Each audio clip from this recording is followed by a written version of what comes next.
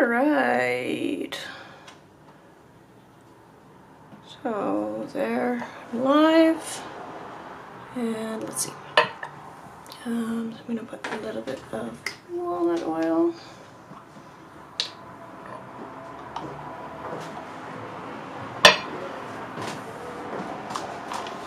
Hello. Are you live? Yeah.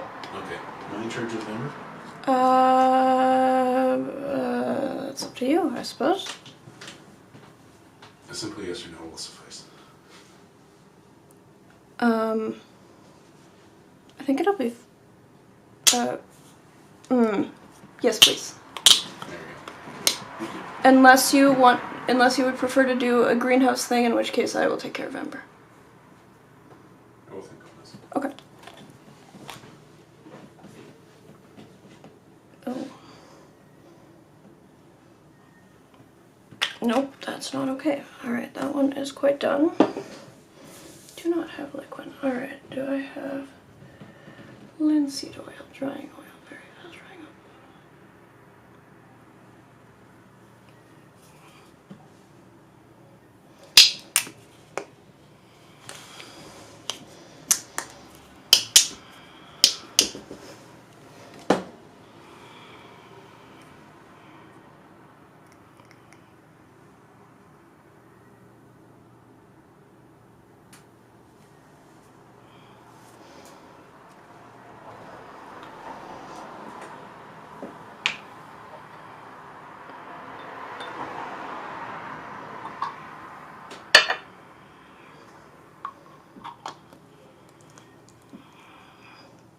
Hello.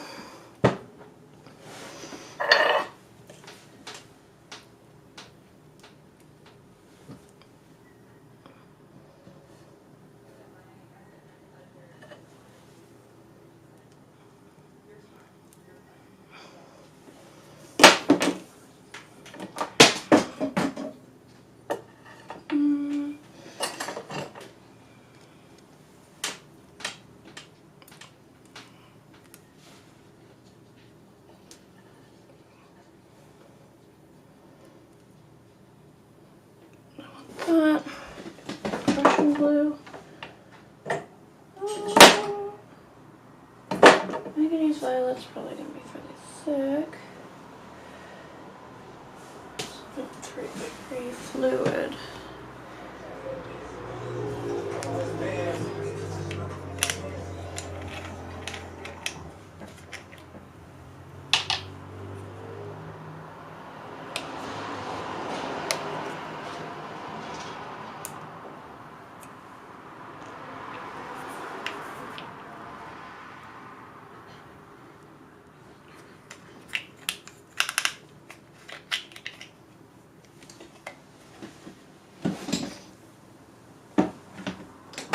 Ready yet? I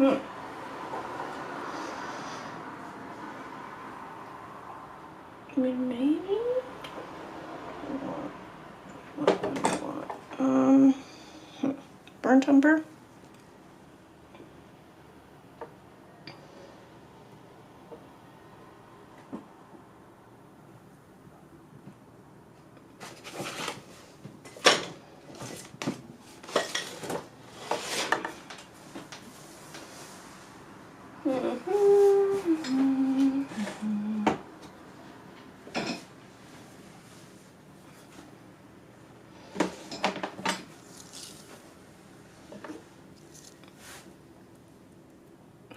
Alright. So I have those and this. And this. And I did want a blue, didn't I? Okay, let's throw a blue down there. I thought I had a... I'm looking through all of my... Okay, that's titanium white. I don't want that right now. I'm going to use violet right now. Oh, here we go. Some other stuff. Alright, let's see. See what else I've got. and I wanted a Prussian blue. Okay, so it's telling me concurrent viewers 2, but then also on the graph it's got 0, so something's wrong. Hello everyone, welcome back to whoever's watching. Hope you're having a great week. I am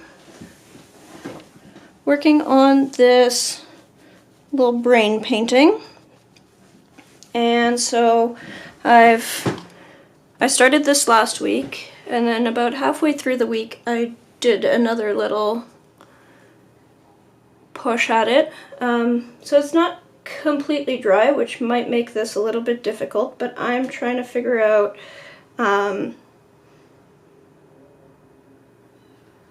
how to glaze and mix my colors here, because I've got a fairly blocky look to this.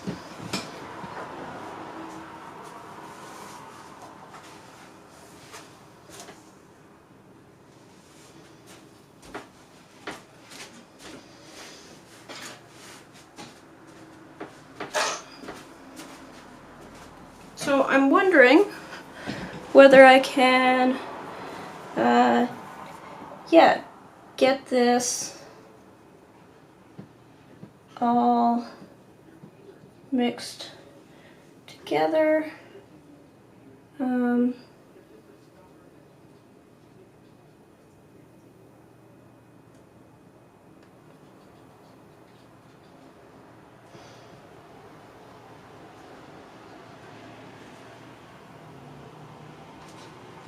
And so I'm going to play with glazing a little, see whether I can glaze up all of these colors.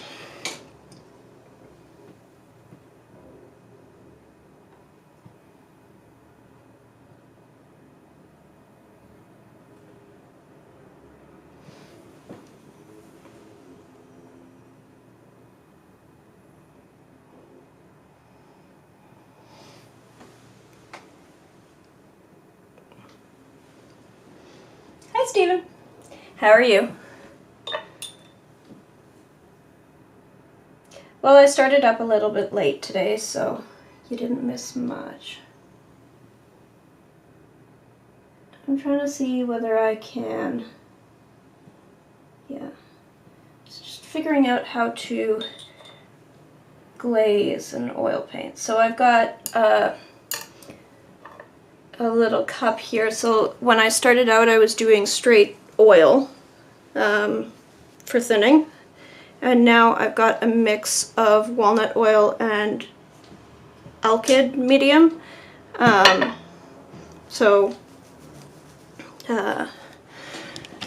Gradually putting more thinners and alkyds. I mean, I don't know. I'm gonna see if I can just do this without solvents, like how much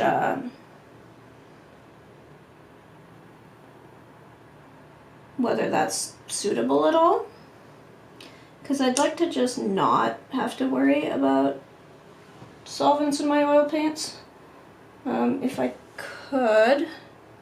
So we'll see how that works out.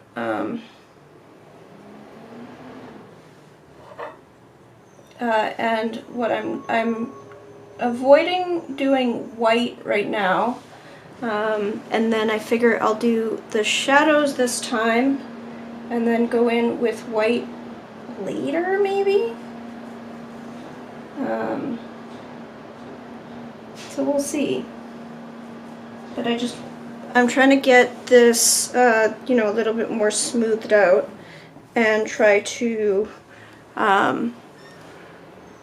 bump a little bit more of my three-dimensional look to this. So I'm hoping I can just, yeah.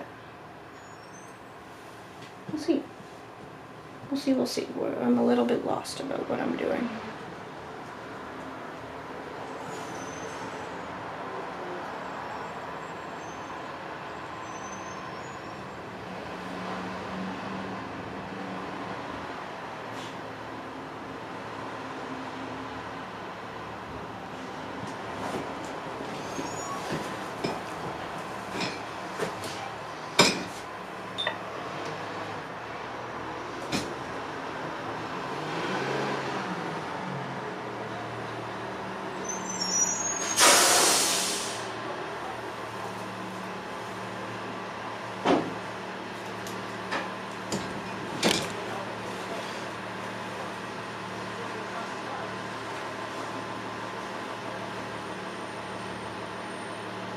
So I don't know if I've let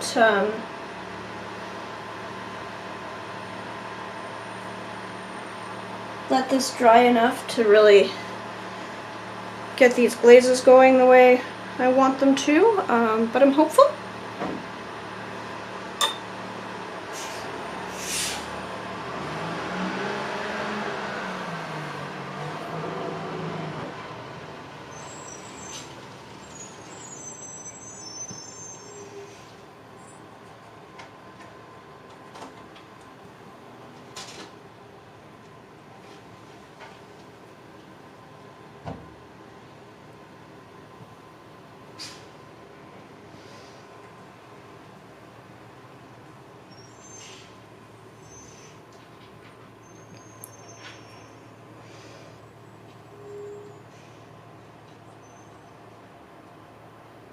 Yeah, so you can see that there's still, like, some of this white is still dragging because I worked on it a couple days ago, which is, you know, not what I wanted, because I don't want the white mixing into the glaze, so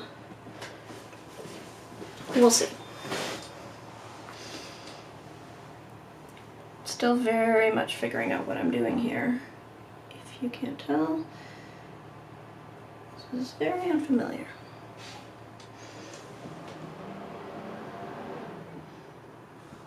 Oh, I'm enjoying the cool weather.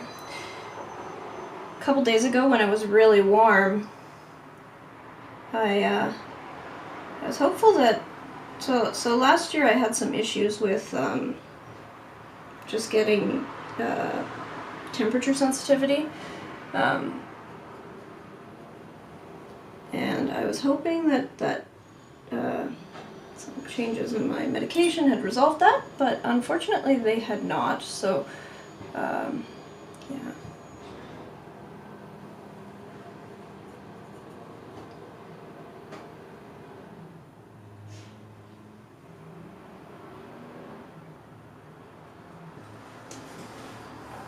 Oh, okay, I'm gonna get a few more of these cotton swabs, but just trying to get a little bit more. Yeah, so that's too yellow.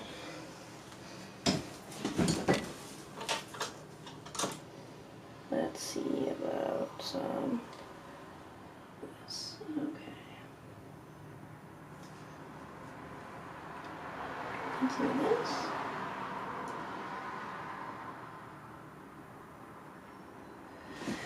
Oi, sorry.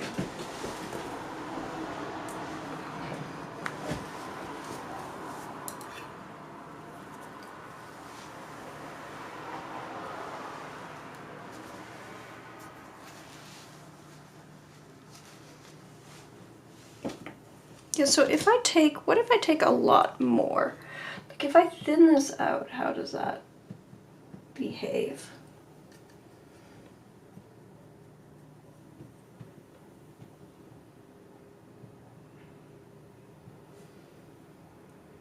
There's instructions on the boxes about, oh, you know, you're not supposed to use too much, and then they measure it by coverage on the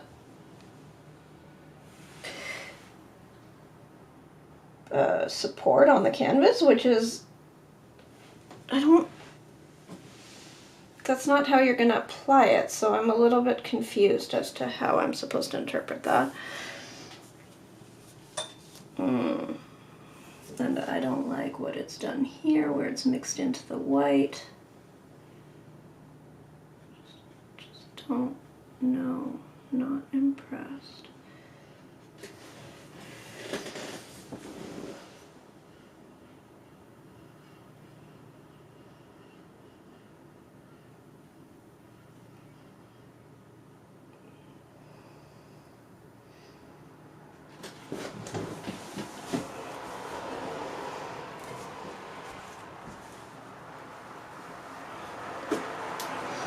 Anyway, I'm trying to get some darks in, and then I'll go in with the highlights, and I'm wondering whether I can get like a smoother, glossier, you know, like almost a wet look. But that might be beyond my skill level with this medium. Having fun experimenting though. Because the last couple times I tried oil painting, I was really just doing alla prima, one coat. And I'd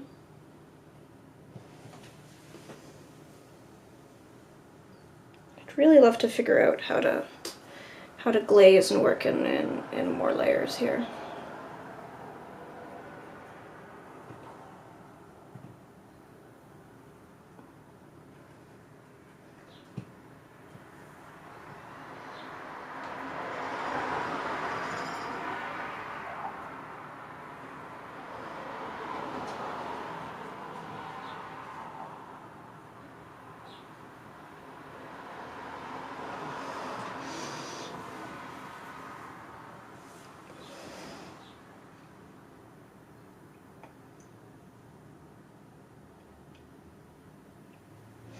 It's still barely even t-shirt weather, and in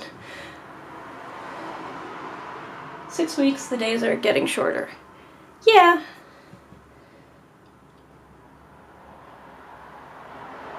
The longest days are always the beginning of summer.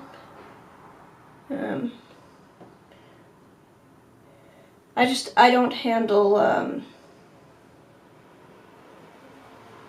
heat particularly well, especially recently, so I've been, yeah.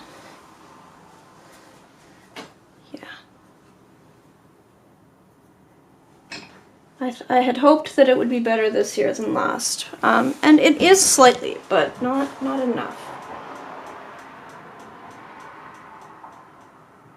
Now the other problem I've been having with this,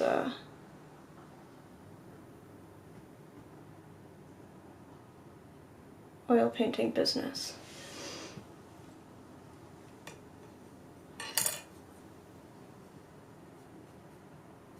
Oh, I'm gonna need to get so many new brushes, because I've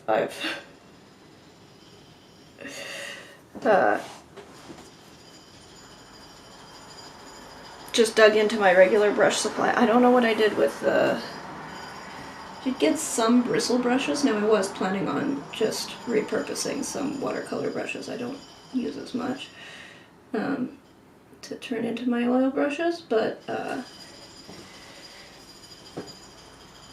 I'm just realizing I reached for another brush, and this was not a brush that I originally intended to add to this project, so I need to figure something out.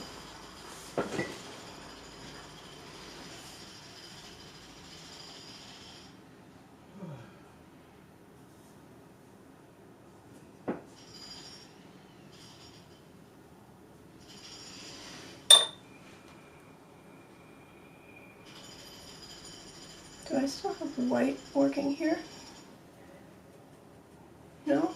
Okay. Let's just try to... Oh! No, that's not what I wanted. Let's pick this up.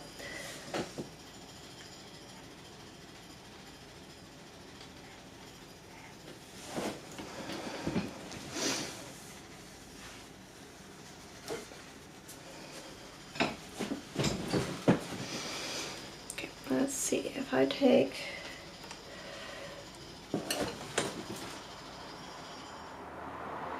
Oh hey, lots of people. Welcome, new viewers.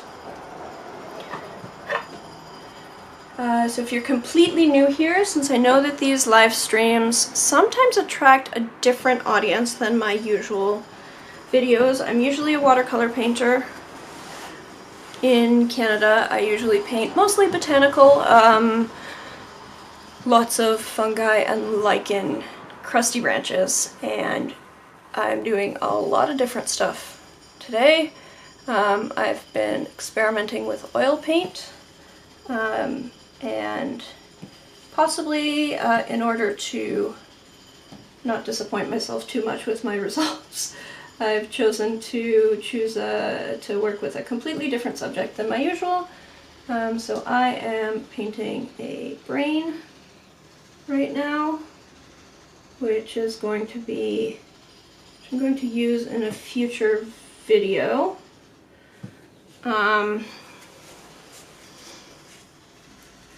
has a little animation bit. Little accessory, a little image in the corner. And so it's a fairly low pressure thing. I am working from mostly photo references and trying to get my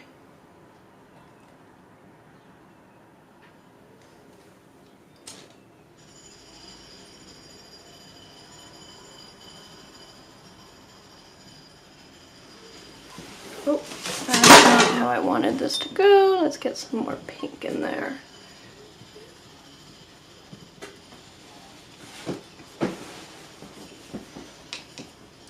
And this is feeling a little bit odd. Oh my goodness, this white is still wet, which is not what I want it to be. Because I messed up and I got impatient and I wanted to play with this a little the other day.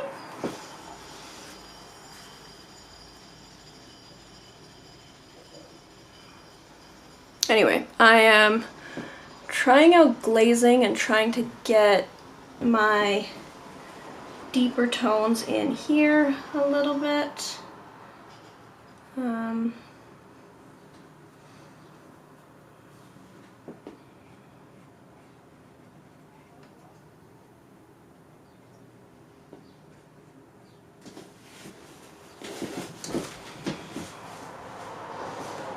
And then we'll see. So this is really my first time glazing with oil paint. So I really don't know what I'm doing. I'm an experienced artist in a completely different medium.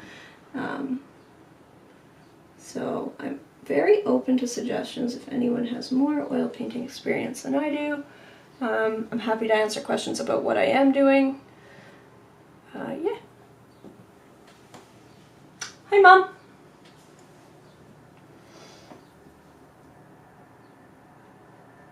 I'm oil painting again.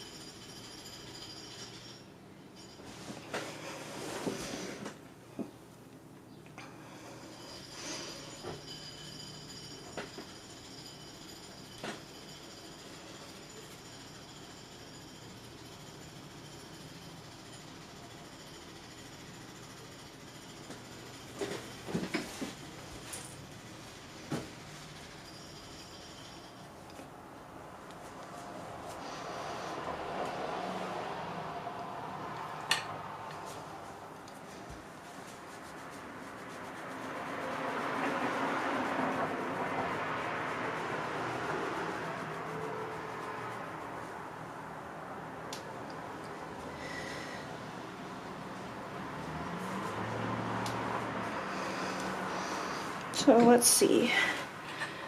How does this? Got a little bit too much white. Can I get this glazed or, oh my goodness, that's still white. Okay, well that's gonna need to get another coat, clearly. But maybe I can use that white at least to fix what's going on in here.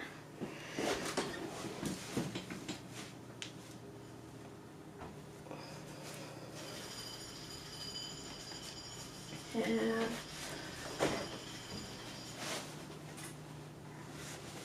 get my towel here. Ooh, okay, that's a little full. Nope, never mind. I'm gonna get another towel.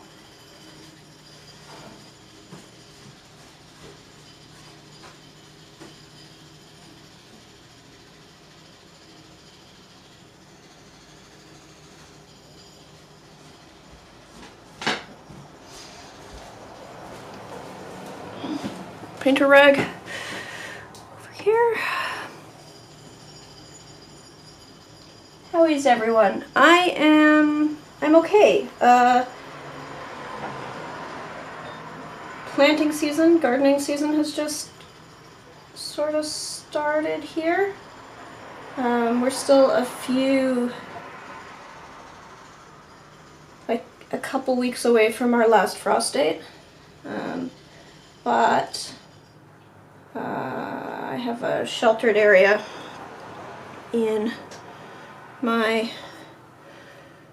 yard, so I've started hardening my plants off, and I've transplanted the peppers in the raised beds in my yard. Oy, okay, that's a little much. Let's see.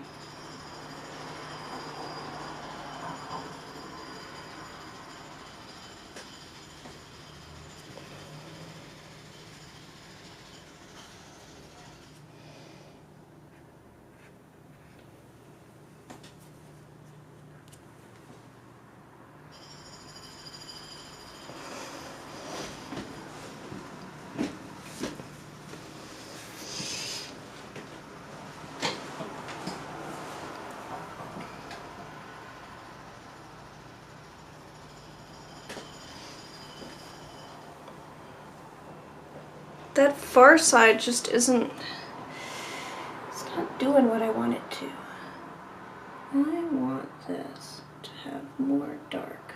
There we go. A bit better.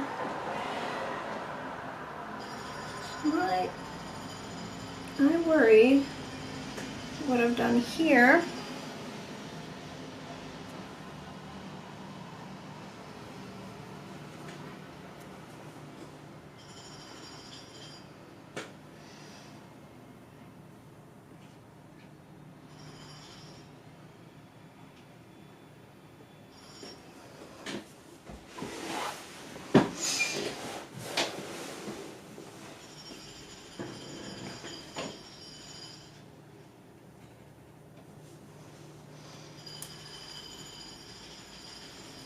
There's like a weird texture to this.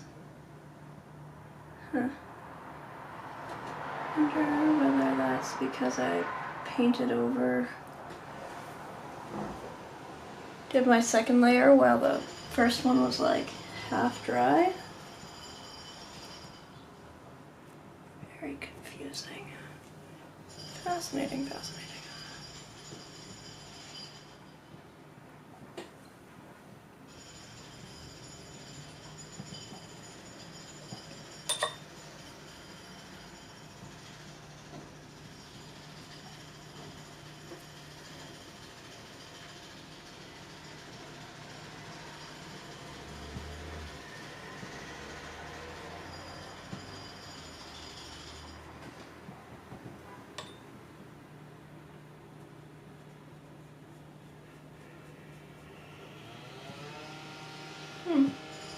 It's leaving brush lines. So it's very liquid, but it's like still leaving brush marks, which is interesting. I'm not totally sure.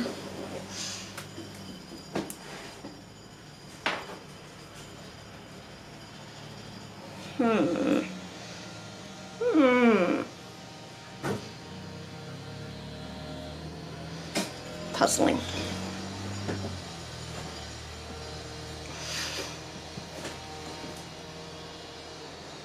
How are you, Lana?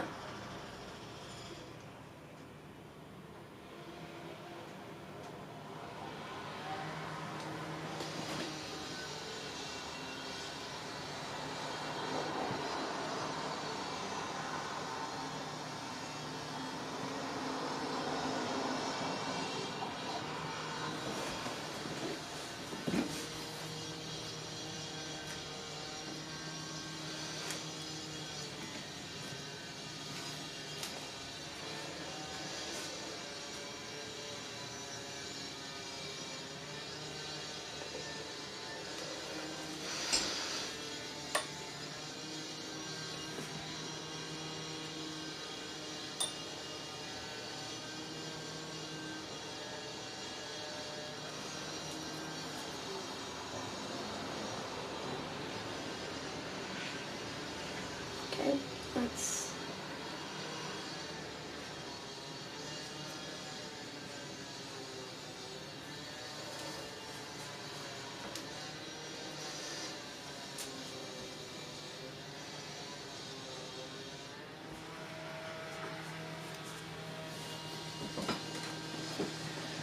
Very, very interesting.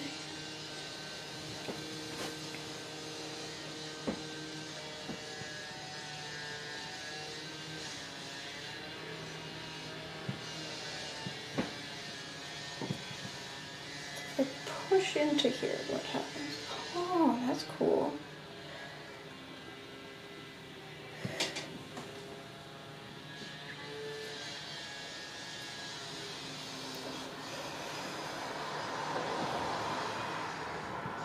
Oh, and I've got hairs stuck in my paint. God damn. These are actually human hairs, so can't even blame my dog, who's usually to blame for these things.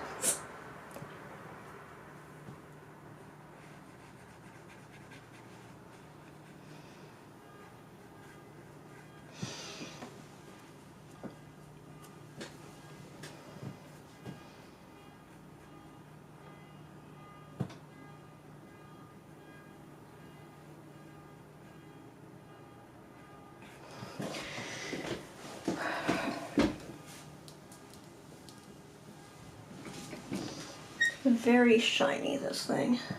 It's very shiny, but there's like weird little lumps from,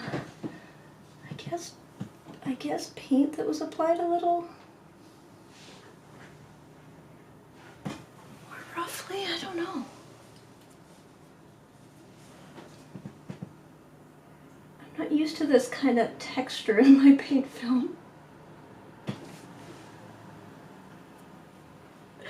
I guess it's probably nothing to worry about. Oh man.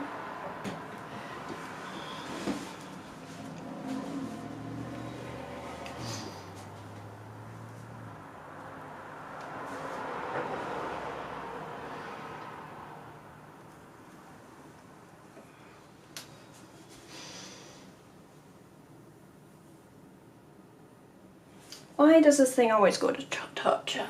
Ha! I don't want top chat, I want live chat so that I can see everything.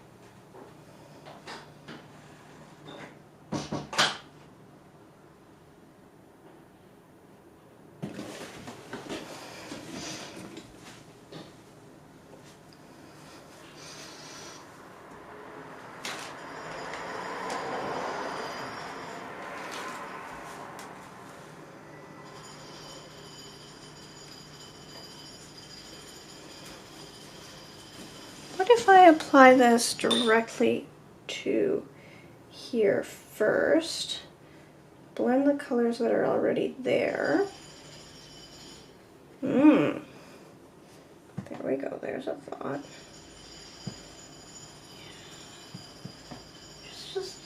There's little nonsense, like little dusty things stuck in my paint film. I don't know where they came from. I mean, probably the disgusting, dusty air, but,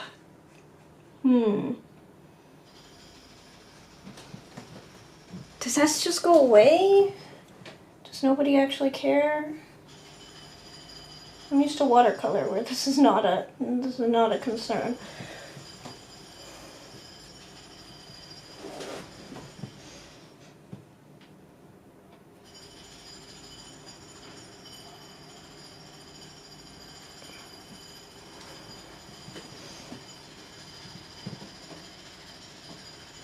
Okay, So if I take that and I clean that up, and then I take here and I go, yeah, let's do that. Then again, just wipe that in there. I'll wipe this in there.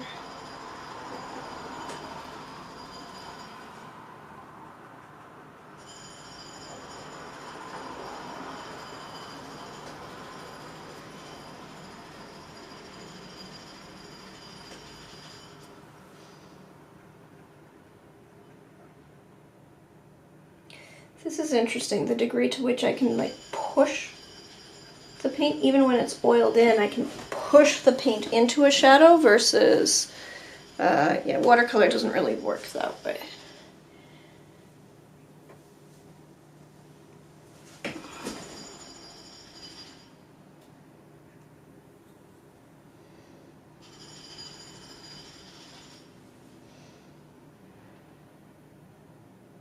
So I am applying this quite thin,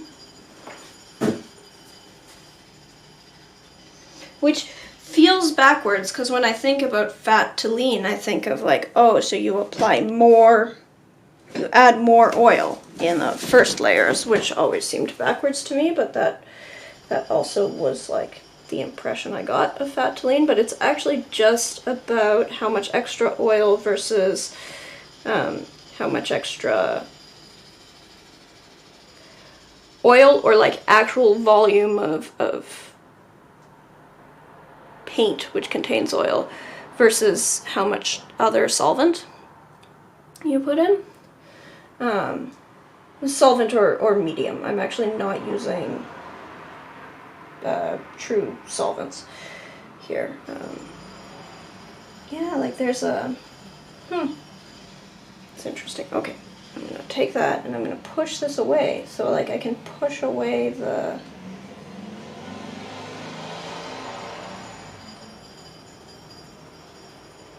so there's a texture to the underlying paint there.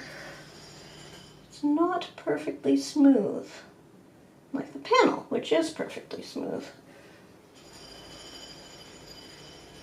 Oh, no, I don't like that. Don't like that. Let's push that away. I do like how I can just sort of polish away.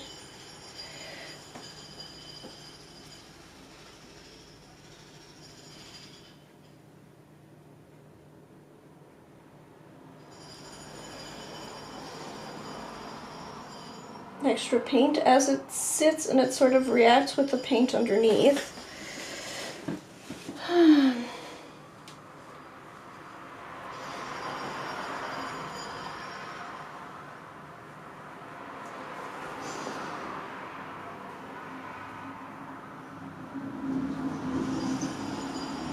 So dusty though. I think this is dust. I think it's a combination of the like drier bits of paint because I was applying some things more dry with the with dust that's settled from the air over time. I might need to protect this. That's gonna be weird.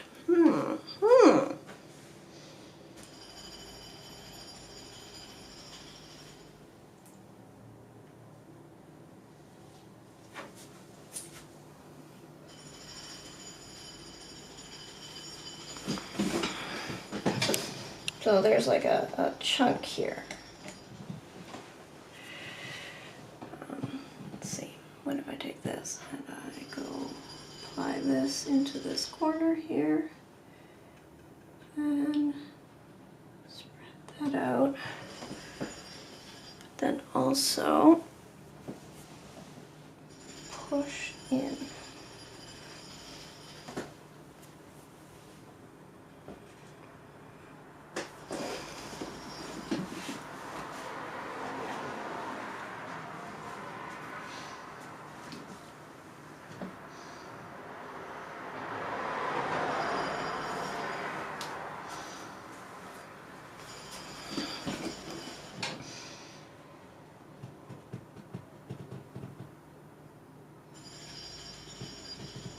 So then I'm gonna,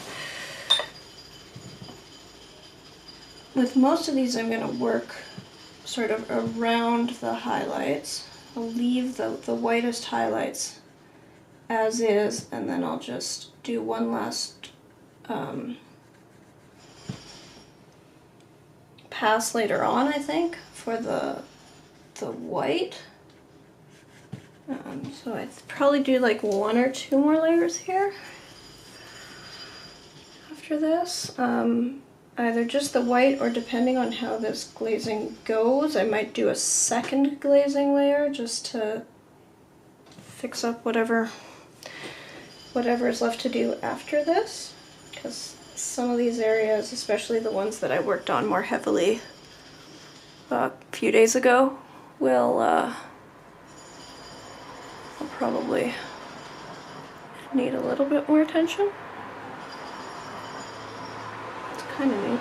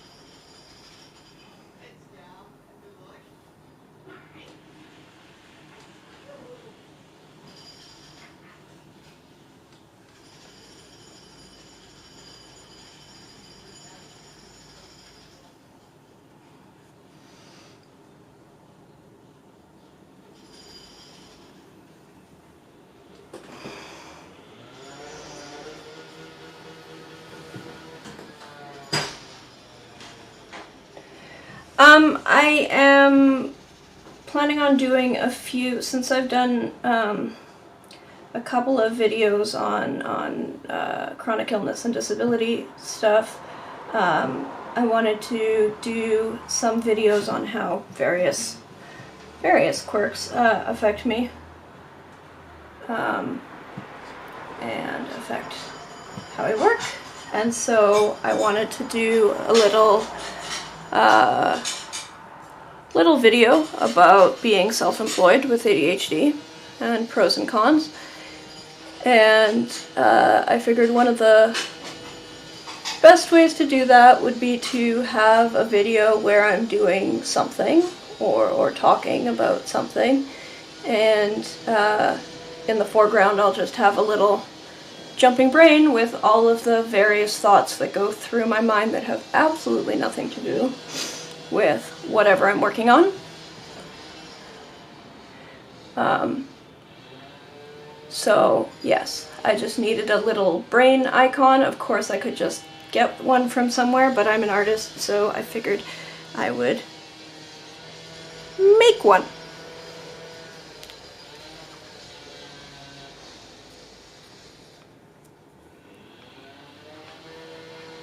So that's what I'm using the brain for. Yeah.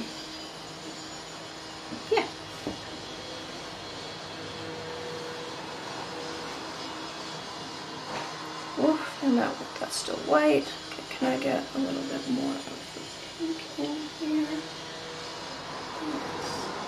There. Oh my goodness. And that's still white. Yep, that's still gonna need some more time to do its thing. But first, let's get some dark colors in there.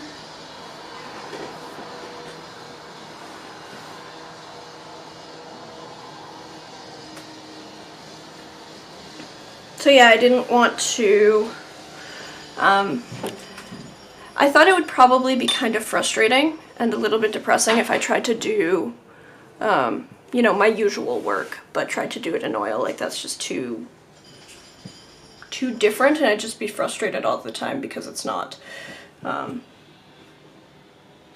behaving the way that I'm expecting. So I wanted to do something a little bit different from my usual stuff, but also, you know, in keeping with my regular work, and hopefully something I can actually use for a purpose other than just for live streaming. Since the idea is supposed to be that, you know, this is a little bit of visibility into my work life.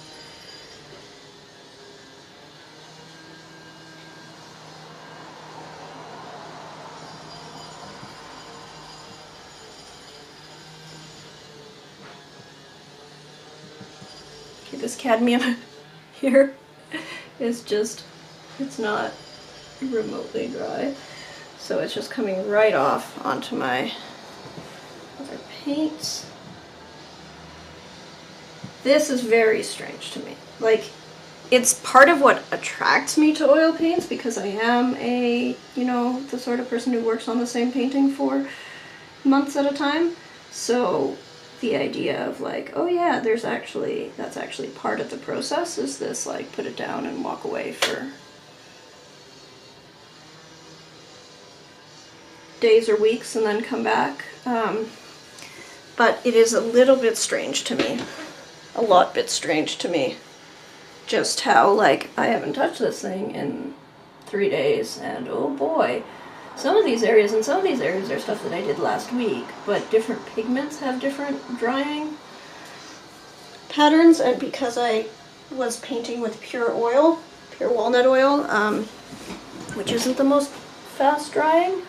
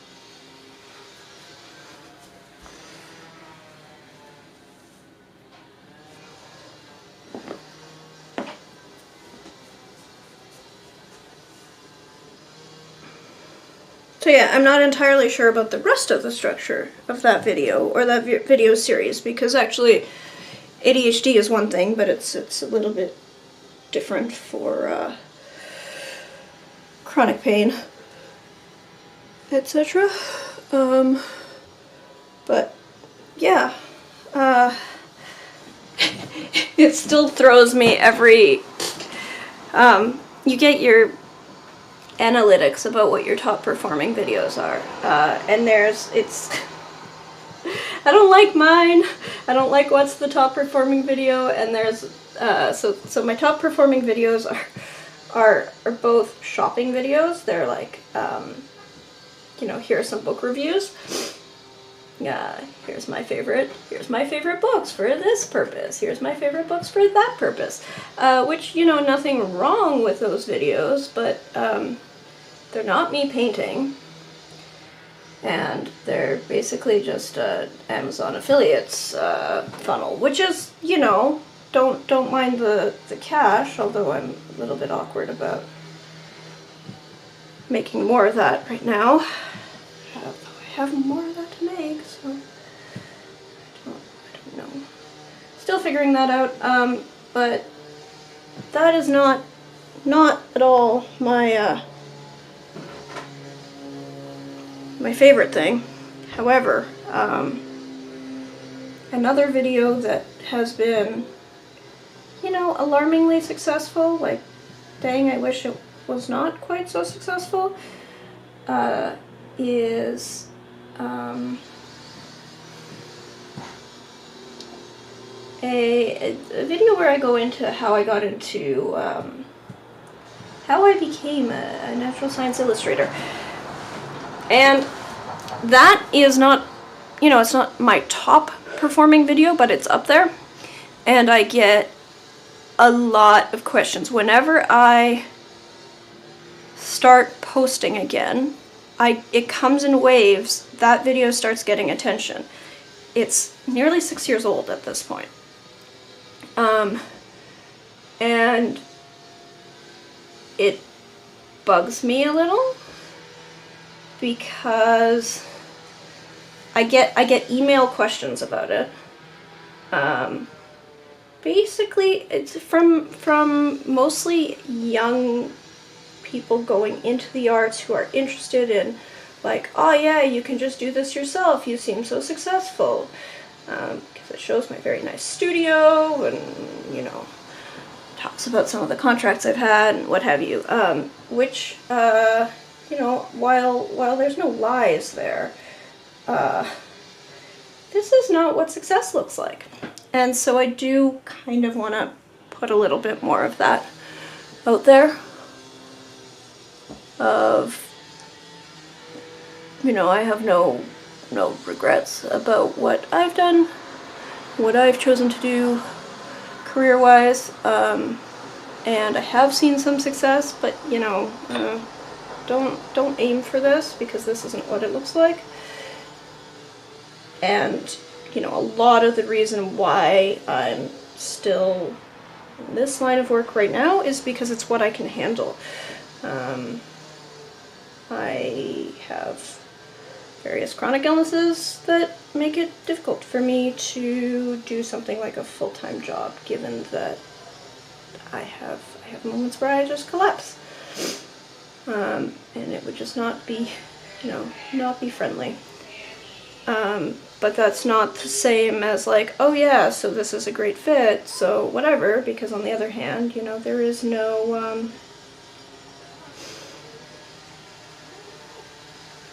job security. There's no safety net, there's no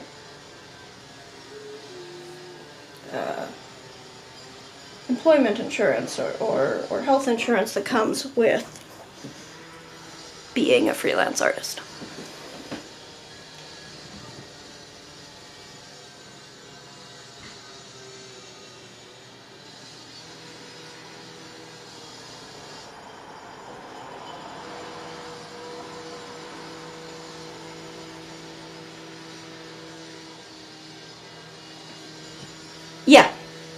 Yeah, that's it's the email thing, and it's like, you know, I can respond to the people who email me, although it gets tiring, but I do try to respond to those emails as a, like, you know what, it is important as a freelance artist to market yourself as successful, and I have had successes, and I would have had more, I would be having more if I wasn't regularly, you know, taking these pauses.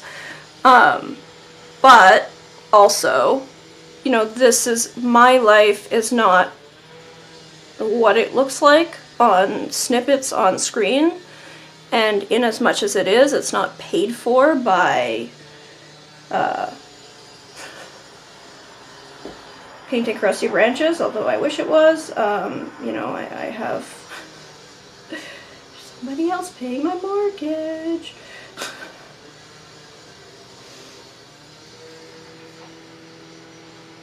But,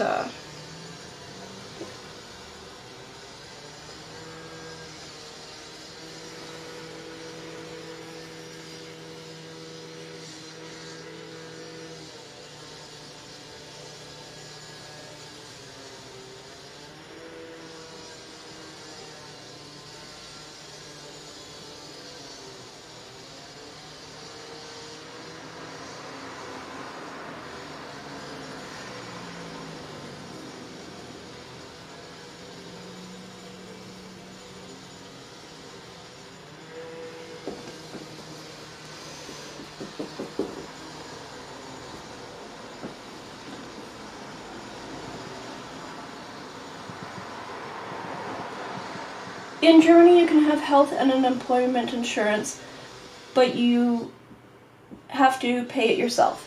So, okay, so healthcare wise, I'm in Canada, so most of my healthcare is included as part of being a citizen. So I do pay taxes. Honestly, very little on my own income, because between the fact that my income is low and the fact that I can write off more expenses than I have income, most years, my actual personal tax rate is very low, but my husband pays taxes.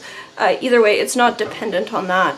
I get provincial healthcare coverage, you know, even if I didn't work, even if I didn't do anything, I still get provincial healthcare coverage. As far as employment insurance, I could opt to pay myself a wage and pay the same, like, my assistant, for example. This is the better example. My assistant is currently on maternity leave, and she gets maternity leave income paid by the government, because when I pay her wages, a portion gets remitted to the government for employment insurance. That is standard. When you're working for someone, you have to pay, like when you're working for a regular employer, you have to pay into employment insurance and pension plan and what have you. If you're self-employed like me, you get a choice. So I could choose to pay into employment insurance and whatever. And it would be in proportion to what I pay myself, sort of. And then whatever percentage whatever I claimed as my payment, that's what I would be entitled to, you know, if I had to take then medical leave. And so I could do that, is to go back and forth. Frankly, it's too complicated, because I would have to, yeah. It would be an invitation for oh so much audit scrutiny to actually, like, if I went in month by month and I said, oh, this month I've earned this much and done this much work, and then the next month I'm sick, I'm sorry, can't work, in bed all the time, I've considered changing. I could opt to pay into employment insurance. I don't for myself. I pay my assistant hourly, or, you know, right now she's on maternity leave, and as a result she gets 60% of her pay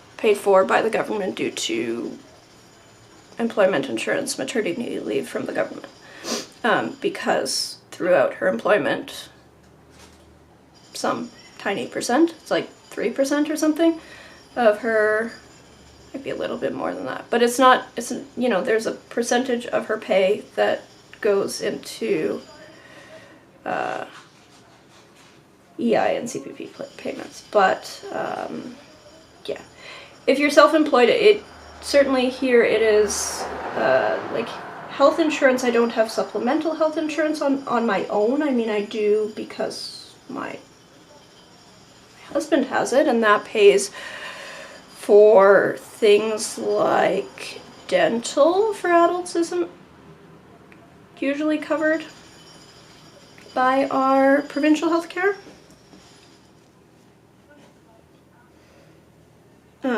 But that's not something that I am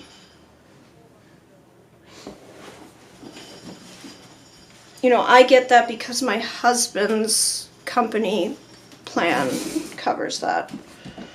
Nothing from my job in particular, so that's not really my career being successful.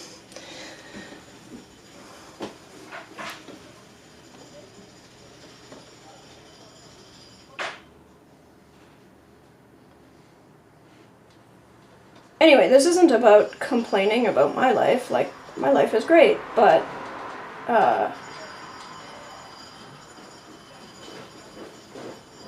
I find it just a little bit disingenuous that, dang, this video that I made, which is very useful as a promotional sort of thing to promote my business, is also, it's giving off this impression that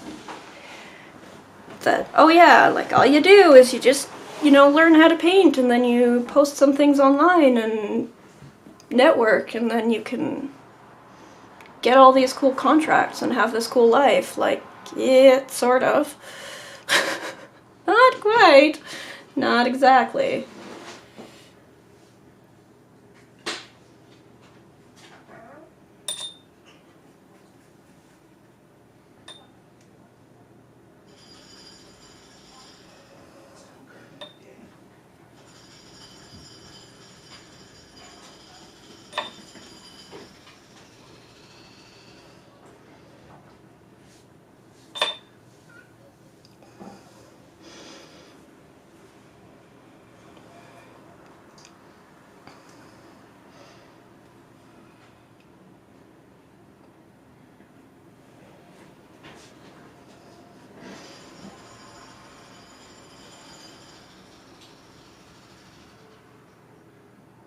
Oh, yeah, sorry.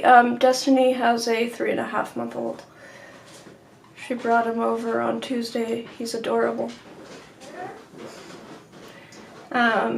She would be entitled to up to a year of maternity leave. She's planning on coming back very part-time, somewhat early, so probably in August, at which point he'll be about 6.5 months old. She's gonna start coming in like once or twice a week. Yeah. Yeah! Yeah! He's adorable. Anyway, yeah.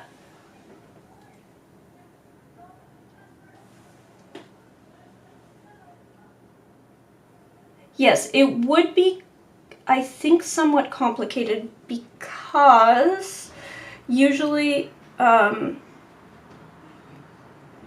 it would take structuring my business in a different way. So my income comes from a few places. One of them is primarily grants, which interestingly they get filed in a very different way. So I get my business. I have a business income that I pay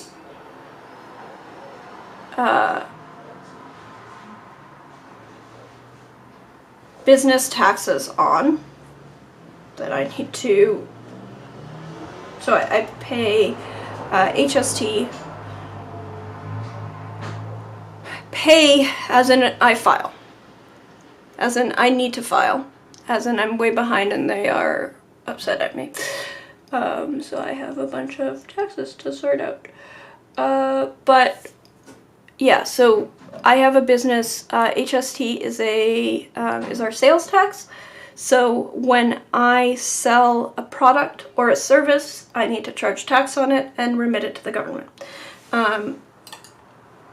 There's an exemption which I used for many years up until last year. For small businesses, the truth is I could still, but I opted to register to pay early because my co-op studio is in my name, and so I pay quite a bit of rent there, and then other people pay me, and some of my studio mates had started filing business taxes for their own reasons. And if I file HST, I can subtract anything I pay from how much I have to return to the government. And because I have this co-op studio, it's a non-profit co-op, ad hoc, so we're not legally registered, so everything is in my name, but it makes it easier for my studio mates. I mean, my studio mates can then effectively pay 15% less or 13% less rent. If they file their HST, they can write off their rent against what they would owe in HST. And likewise, I can write off my portion of the rent and other studio expenses against the income I charge. So it allows that, and it also simplifies the fact that the gross income, if you include my studio, which previously I was not counting as a part of my business because it's not, like, fundamentally I'm not trying to earn money on that. So but it does, you know, there are people paying me every month, and I pay money every month. And so if anyone looked at my bank account, if the government ever looked at my bank account, they would have some questions about, well, you have these thousands of dollars of income every month. What of that? Why are you not paying? So it sort of simplifies my tax situation to claim that as a business. If I sell products within Canada, I have to charge HST. And if I provide a service, if I run a local workshop, then I have to charge HST on that.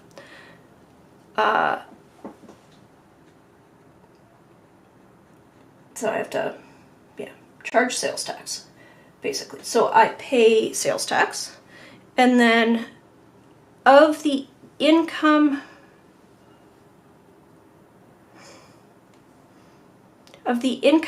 remaining from the business, if I then pay myself, which effectively doesn't happen because there's always a way to write it off.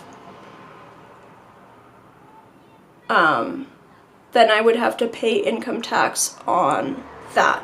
But because a portion of my home gets used for my business, any expense there can be written off, any materials, any equipment, any work-related travel.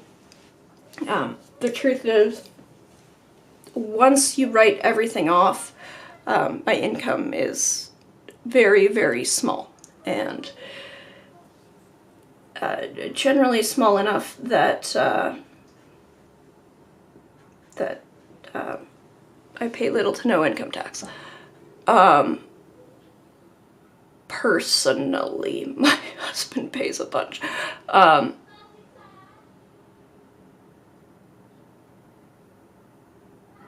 But I don't pay myself a wage.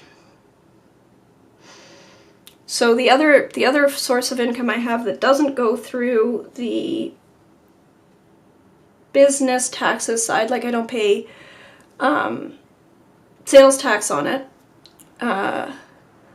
or any other kind of corporate tax, is my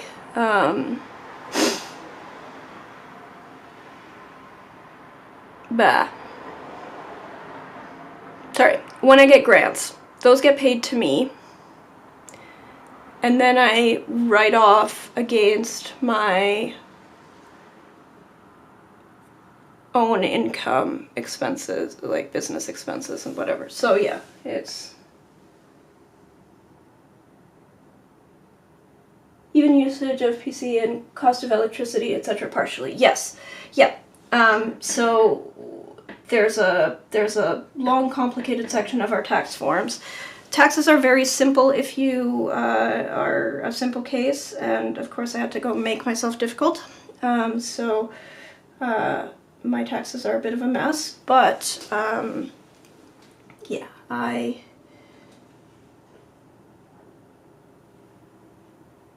don't have to.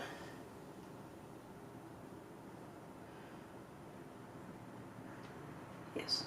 Anyway, that is that. If in order to, I believe, I could be wrong, but I believe that in order to pay myself EI, I would have to pay myself a wage and declare that. And if I did that, not only would I have to pay into EI, which is not a problem, it's whatever, it's worth it, but I would also then have to probably pay a lot more in personal income tax? Or at least it would be complicated.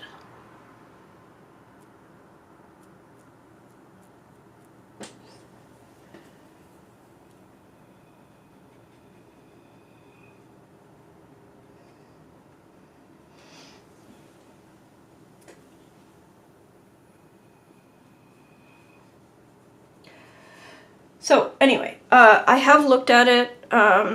It's definitely a thing that, you know, I've discussed with my studio mates as well. Like, maybe, you know, like my studio mate was asking, because apparently when she got pregnant, she went and got a part-time job, like a part-time, whatever, she was working as a waitress or a tutor or something, just to, and lots of people do this. When they get pregnant, they go and get a job so that they can work for 6 months or whatever, and then they can collect EI from that. And honestly, that would possibly be simpler than trying to pay myself EI. Or pay myself, whatever, pay into EI on my own. But it is an option. It is a thing, and so in the future, if I wanted to restructure my business, I mean, it probably I'll restructure it 1,000 times as situations change. But I could, yeah, I could opt to pay myself. But it doesn't. It does not have the same job security. It just doesn't.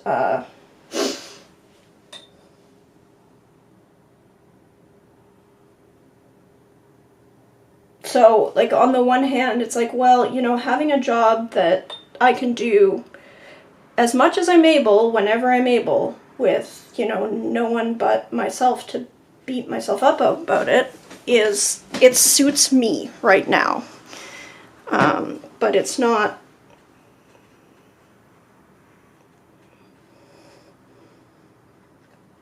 I'm not sure that that's something to aim for, right? If you have choices.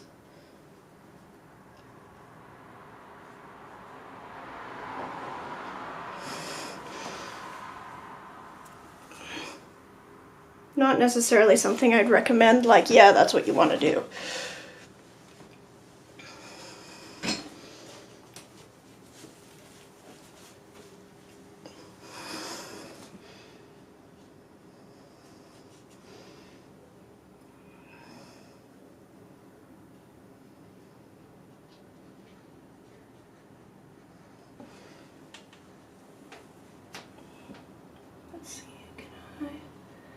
Push this in, push that in, push that in. I don't like what this little corner is doing at all.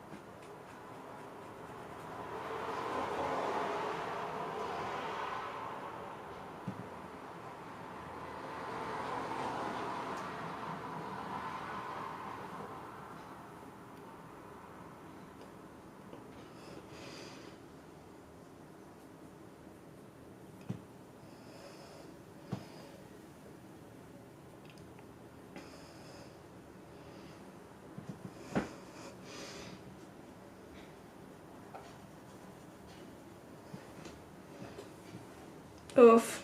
Now it just looks bloody. Okay, I need to stop messing with this corner. I'm gonna have to rework it later, clearly. But I just need to first see how much of this I can, okay, I've got my little oil rag here. Let's see what happens if I, oh. You know what? Okay, this is not bad. I can scrub that out. Huh. Okay, what if I scrub these out? This one, this one, this one. Huh. Okay, neato.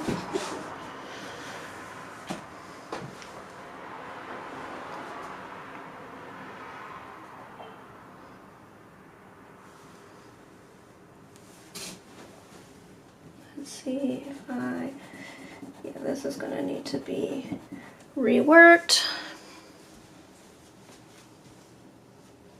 Okay, so there may be like 3 more layers here. Fascinating.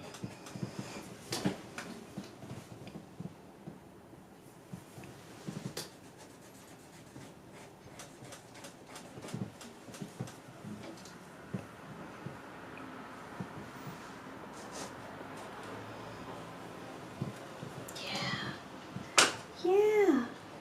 Look at that. My goodness. Okay, and then if I take this and I, ooh, okay, oh, but then it, no, no, no, no, no, no, no, no.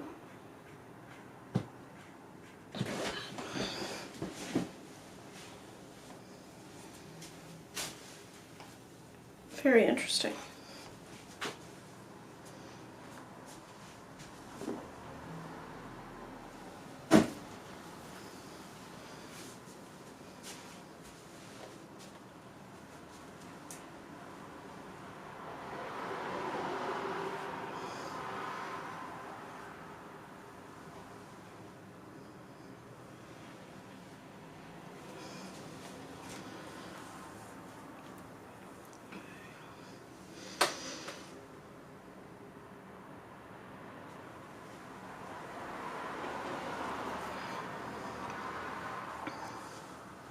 Sorry, one moment. I'm gonna go grab my coffee that I left in the other room, so now it's completely cold, but I still want it.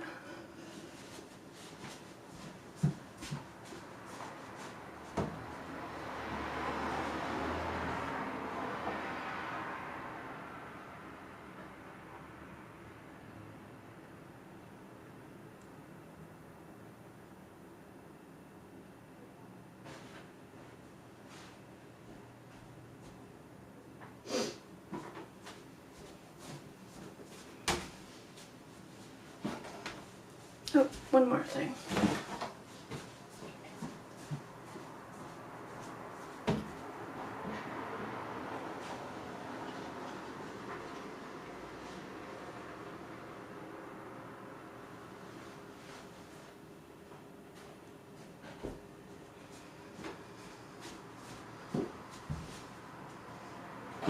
What did I do? What? Oh, there it is.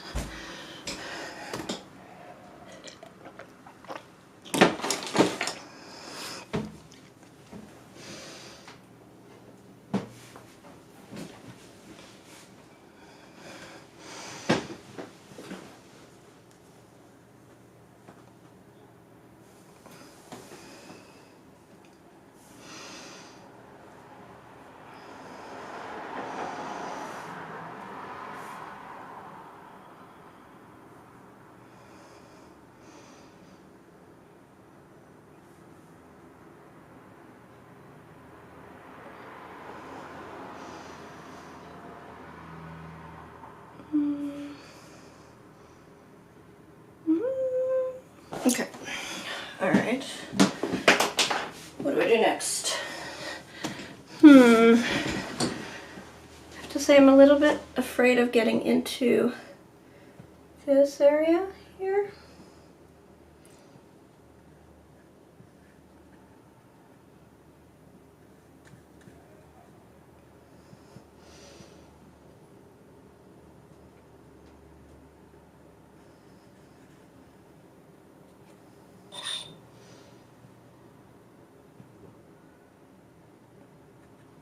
No, get out, Ember Hair.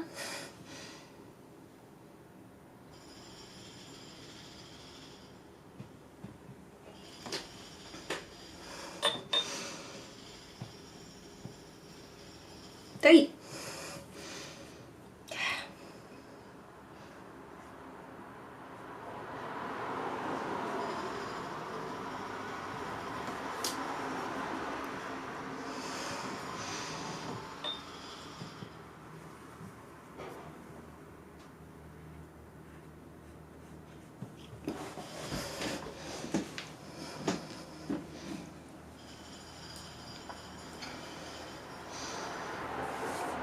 Did I get, oh, I've got oil and finger marks and whatever all over this. Huh, interesting. There's, from the camera, it looks like there's all of this. Oh, I guess it's just the sheen of the oil that's showing up. Like if I wipe it off, is that fascinating? It does not look quite that messy in person, but I definitely have messed up this this background a little.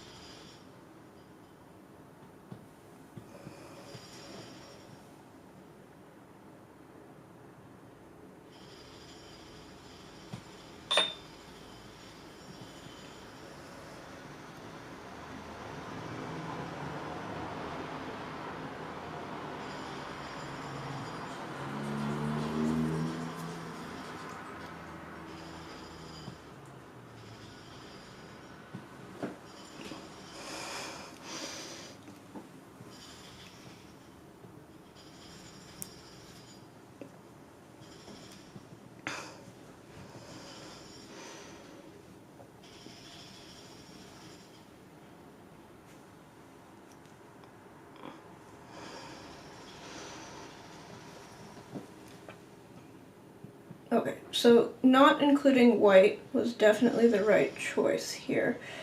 I was feeling a little awkward about that because I definitely do still need to add some more white highlights, but I was finding that with all the white on my palette, it was just clouding up any kind of colors I wanted to use to glaze and deepen. You can see sort of in here that, like, yeah, there were some edges that they just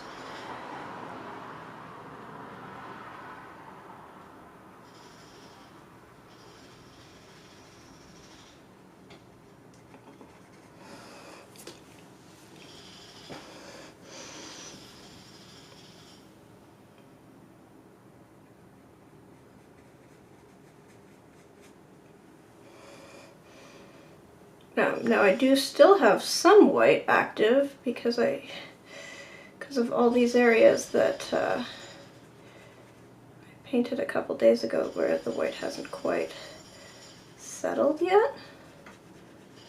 And I will do another pass where I do mostly highlights and then probably another pass of shadows. I do want to have just enough. There we go.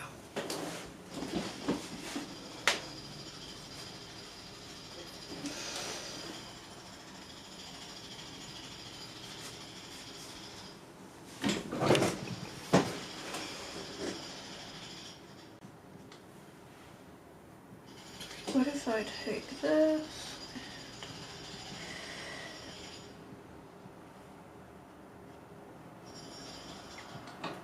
Oh, yeah, we don't want that looking quite so bloody. Let's just do that or push that around. Push this around. I don't like how that's.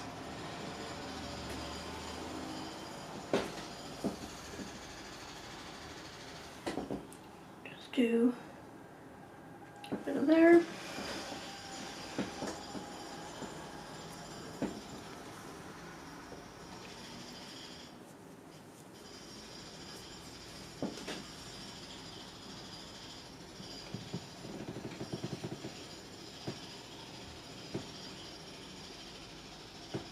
All right, good night. What surface am I painting on? It's clayboard. Yeah, sorry I missed that. Yes, it's clayboard.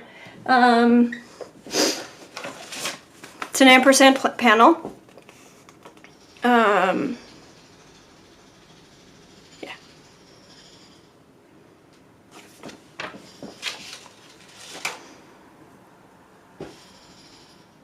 So it's very, very smooth. It's a masonite panel with a clay surface applied to the front. Banana. Good night. Sleep well.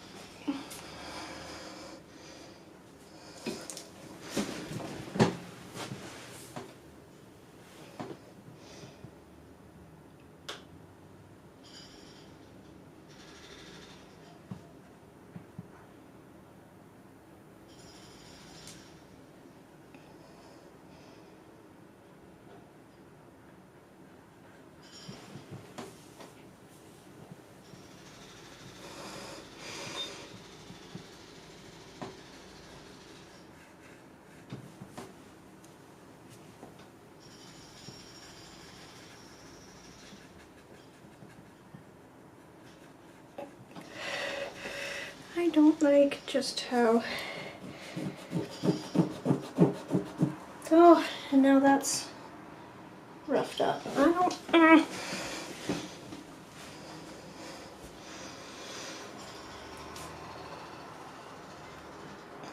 Apparently, I feel I'm very calm and competent when I'm painting in watercolor, and definitely compared to this, that is how I feel. Like I'm less. This is just this constant like, what's that? Ooh, why is it doing that? How do I fix this? How do I do this? It's all just a mystery. I'm enjoying it. Like I'm definitely enjoying the exploration of it, but it does feel a little bit yeah, a little overwhelming. I'd like to try using the aquaboard version of clayboard. It would be interesting. Yeah, I'm sorry. I've got a thing that's done on aquaboard here. Wait, let me find it. Where's my... That's literally like the topic of a video that I'm doing right next. As soon as I get off this live stream, I need to film that. Where did it go? Where did it go? I set it aside somewhere.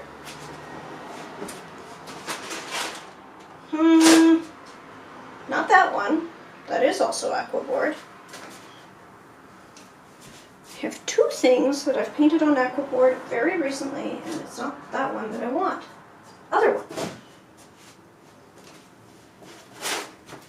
Actually, okay, fine. We'll use this one, because I can't find the other one. And this is also a video that I need to make soon.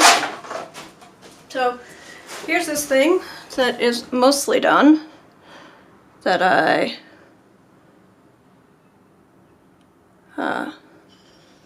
set aside a little while ago because those flowers are just too frustrating. But this, sorry, I'll bring it down lower so that it's closer to in focus. So I've manually focused way, way, way down. So this should be better.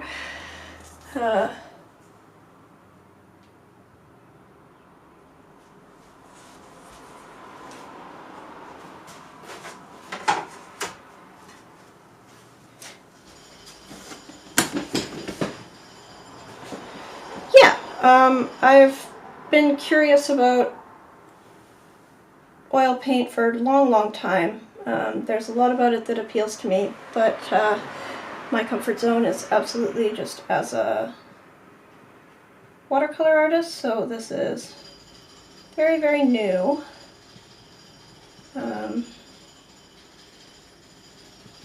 But good. New can be good.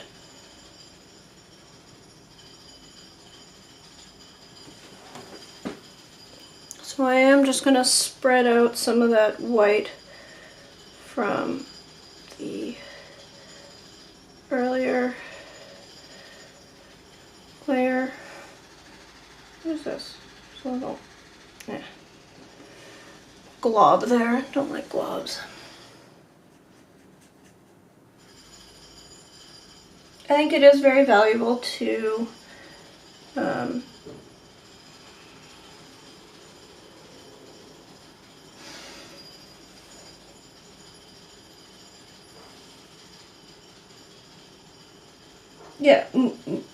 try things out of your comfort zone.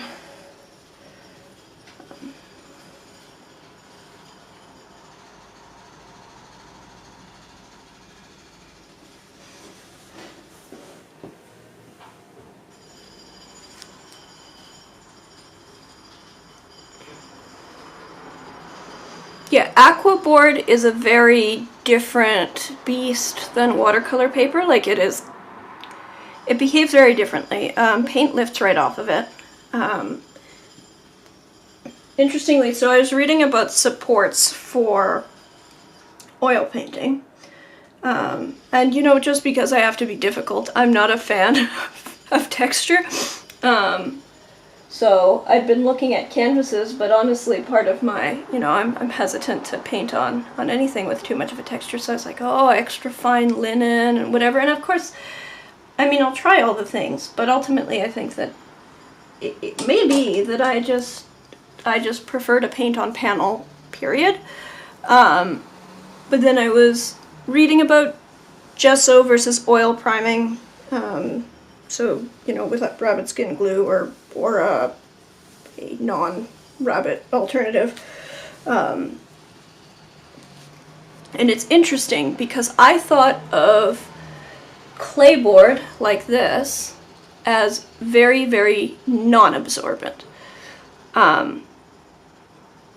Whereas apparently, I mean, the fact that I just applied paint to this background and it did sort of just stick there, despite being very smooth, is different from oil priming. So apparently oil priming actually allows the paint to just sit on the surface much more, versus the first few layers on gesso are they absorb into the gesso, although they never mechanically, or they never chemically bond. I think that was the... It's interesting because if you ever try to paint watercolor on gesso, that's a disaster. And even on something like aqua board, which is designed for watercolor, it is extremely, extremely lifting. But apparently on the scale of oil paint supports, clayboard's considered fairly absorbent. And so the first few layers sink in more, which is, it's interesting. It is different than,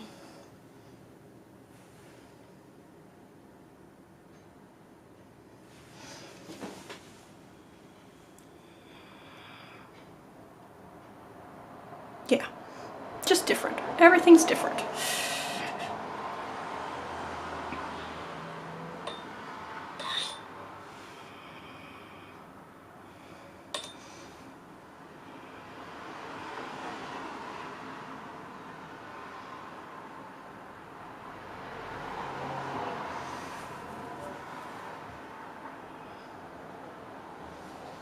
Oh, I see, okay, because now that I've, let's try that again. Let's go with this. This here, and there, and then we'll...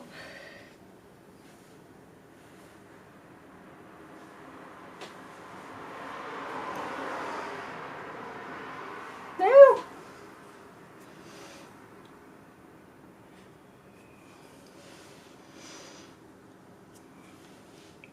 Yeah, if you came here for the calming competence, no.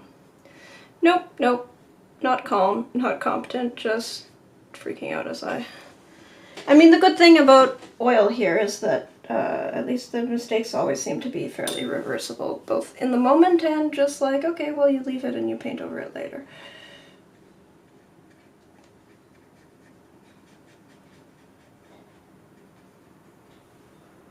Which is a little bit different from watercolor. But I mean, I find watercolor pretty easy to work over as well, so. Yeah, this is gonna need a lot more white highlight, but I wanted to make a smooth, sorry, I've got, I don't know how I got quite that much paint on my hand, but I need to go wash up. Be right back.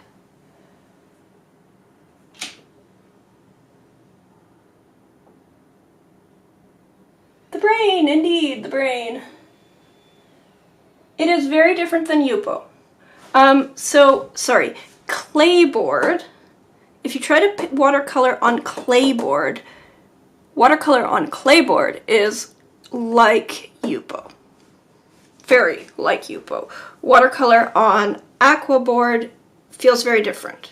Even though it's the same support, just that texture really makes a huge difference in how it applies. It doesn't just slide around. The paint actually sits, and you can layer it, but you can also just, you know, if you run a stiff brush over it, like one of the synthetics, like a short synthetic, you can easily lift up even staining pigments. And then you can scratch away highlights too. So I mean, it's there are things that I wouldn't want to try on it. Like if I wanted to try like really delicate glaze like a really smooth whatever, a papery flower with lots of like overlapping petals, I feel like that would be very frustrating, because whenever you put a big wash on it, it's going to lift up the stuff underneath, even if you used a staining pigment.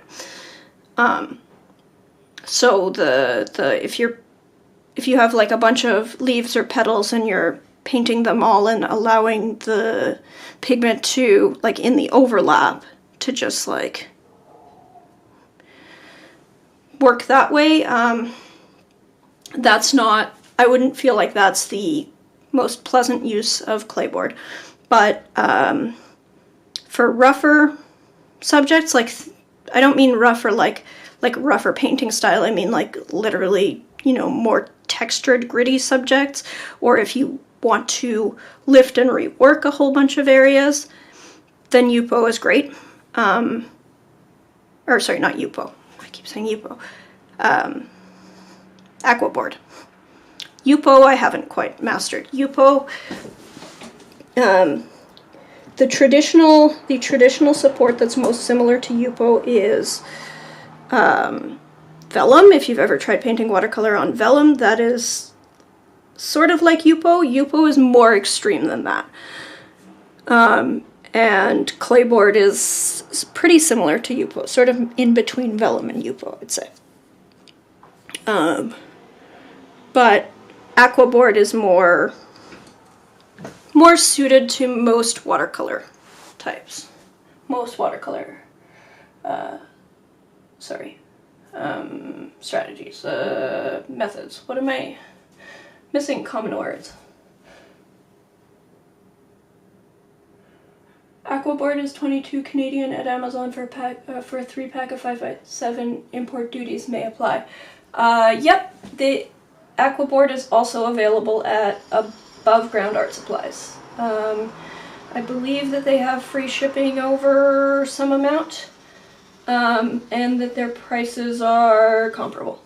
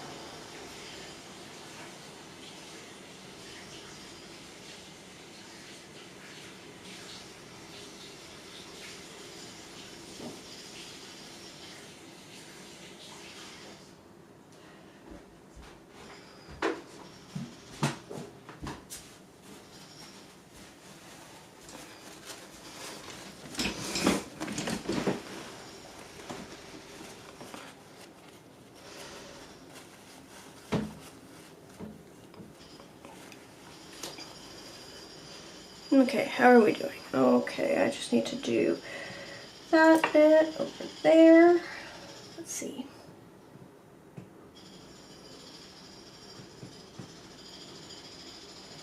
Oh. Oh, that's way too dark. Okay, sorry, that's... Oh, right, okay, that's how I got all that paint on me. It's because I was grabbing the wrong rag.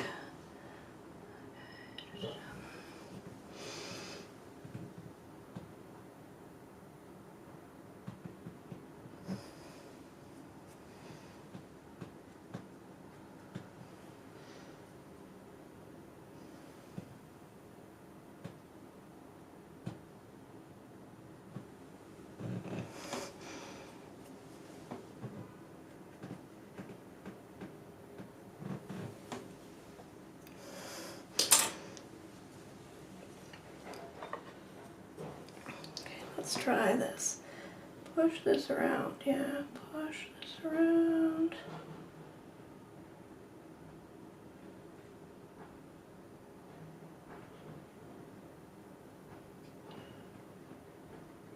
Around here.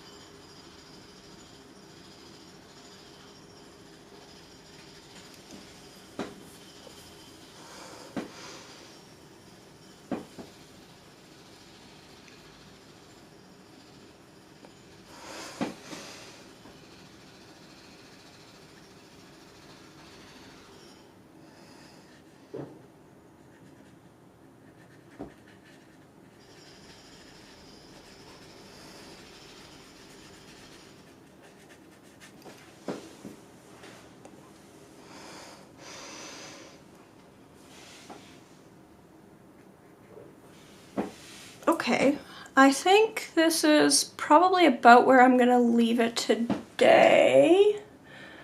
Just trying to check around.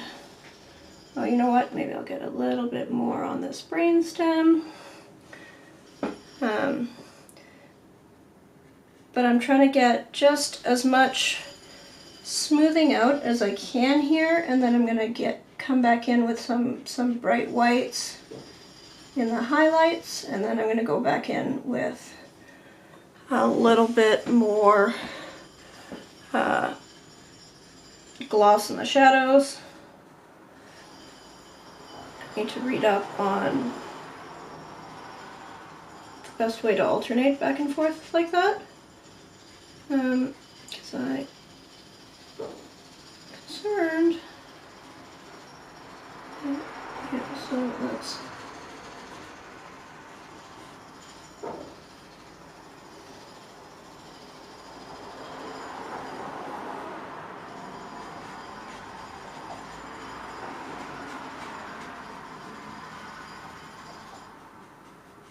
Okay, so let's get that in there.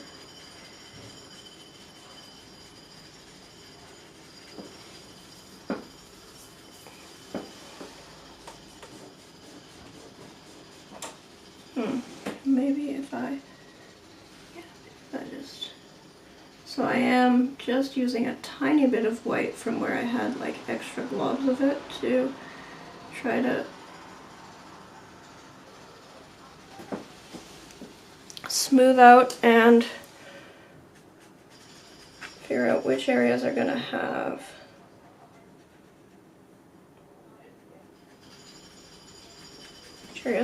the brightest highlights here, but I am hoping that I can do some sharper highlights and lowlights to give this a sort of, yeah, wet look. Because right now there's still quite a bit of that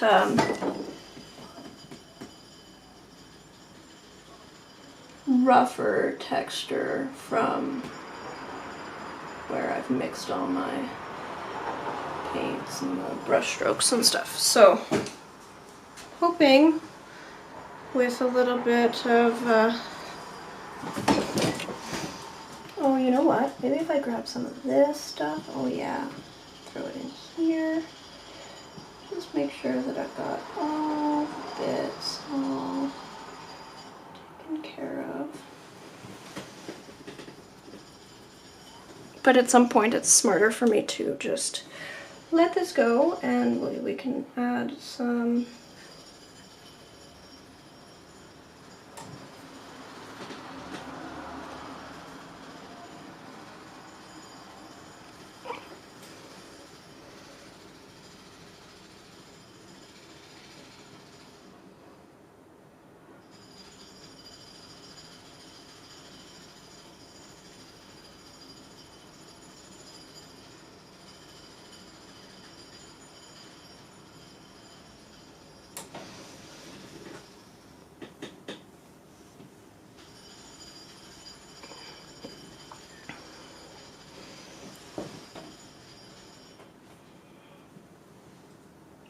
I'm still trying to figure out, like, there's some like glommy bits here.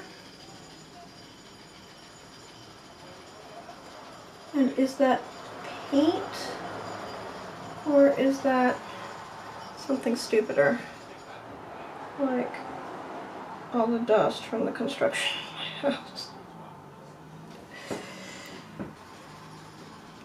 Is that something I care about? How's that gonna look when it's dry? I've also got like quite a thick layer of, like it's shiny because of the, maybe if I try to get just a little bit of a sharper highlight there too, or low light rather, sharper shadow.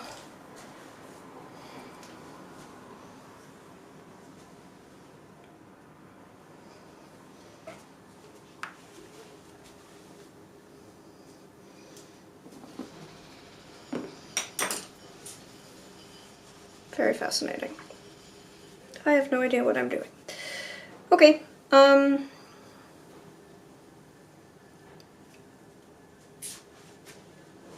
yeah, it is coming along.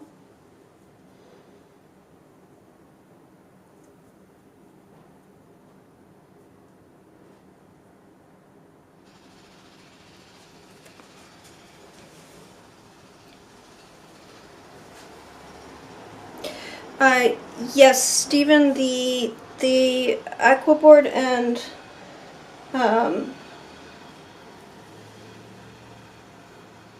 clayboard are they're kind of expensive now. It is the sort of thing you can DIY, I believe. I'm a little bit unsure about the best way to create texture, but I'm pretty sure that it's a calcium carbonate ground, which you can get like in an art supply store, just in the oil paint section.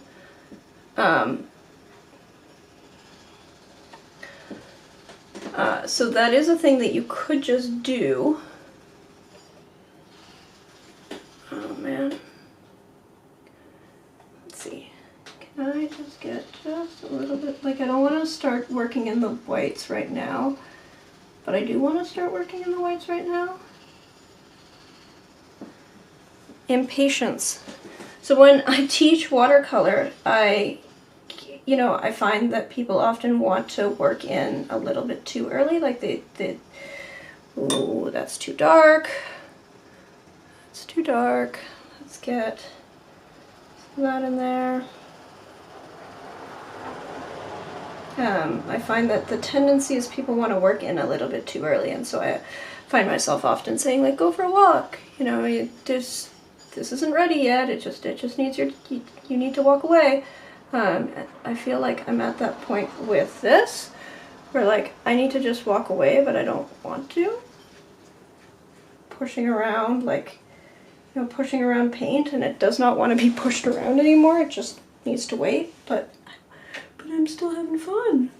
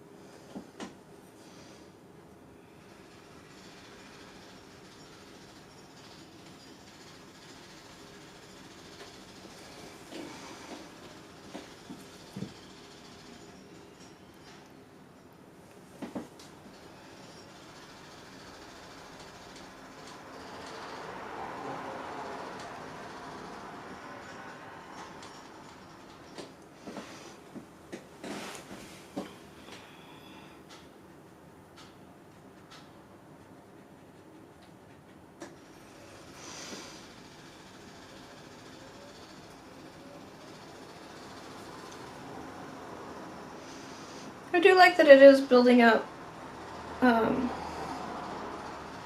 what looks like more of a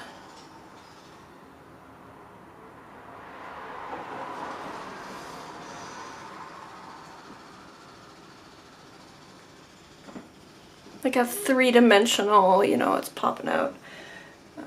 So it's getting there on that front. I did get this a little bit too dark, didn't I? It's alright.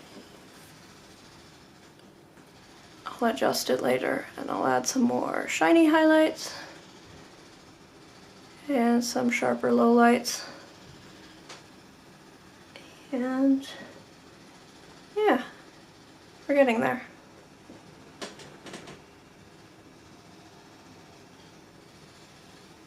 Okay, I'm going to call it for today because I don't think that this is benefiting this painting anymore for me to keep on poking at it.